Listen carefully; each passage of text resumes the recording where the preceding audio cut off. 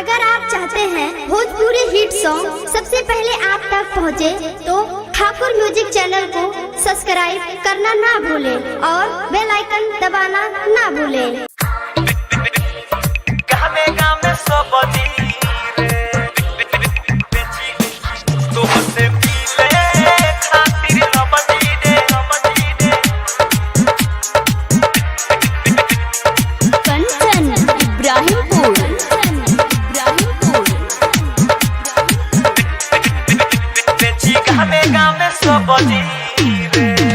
तुहसे मिले खातिर लभजी रे बेचतानी हम सबजी रे।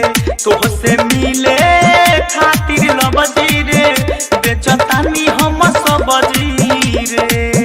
प्यार प पहाड़ा बा जोखम गहरा बा, प्यार प पहाड़ा बा जोखम गहरा बा, इहे चाहता रे रबजी रे। तुहसे मिले खातिर लबजी रे बेचतानी हम सबजी रे। तुहसे मिले खातिर लबजी रे बेची गावे गावे सबजी रे। प्यार प पहाड़ा बा जोखम गहरा बा, प्यार प पहाड़ा बा जोखम गहरा बा, इहे चाहता रे रबजी रे।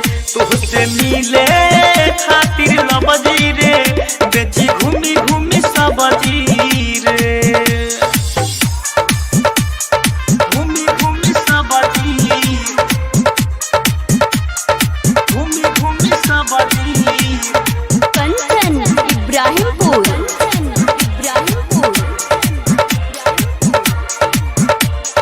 घूमी घूमी सबजी रे। तोहके देखी नाही तो बले मनवा लागे ना, लागे ना, लागे ना। खाना पीना तुहरा बिना कुछ हो भावे ना, भावे ना, भावे ना। पागल रहो तनी तोरा प्यार में रे, तोरा प्यार में, हाँ प्यार में।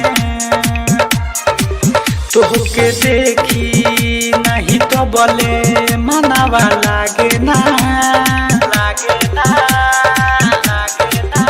खाना पीना तुहरा बिना कुछ हो भावे ना, भावे ना, भावे। तुहरा बिना नहीं जी है तोहर पागला हो, पागला हो, पागला हो। मिले आइब खोल के रखी हो अपन जंगला हो, जंगला हो, जंगला हो। बहनी बेचैन ये गोरी मिले चैन ना, हाँ चैन ना, मिले चैन ना। दीननाथ दिलीप जगजीवन बारे समझी रे। तुहसे मिले खातिर लबजी रे बेचतानी हम सबजी रे। तुहसे मिले खातिर लबजी रे बेची गावे गावे सबजी रे। स्टूडियो मटर चौक छौड़ा दानो।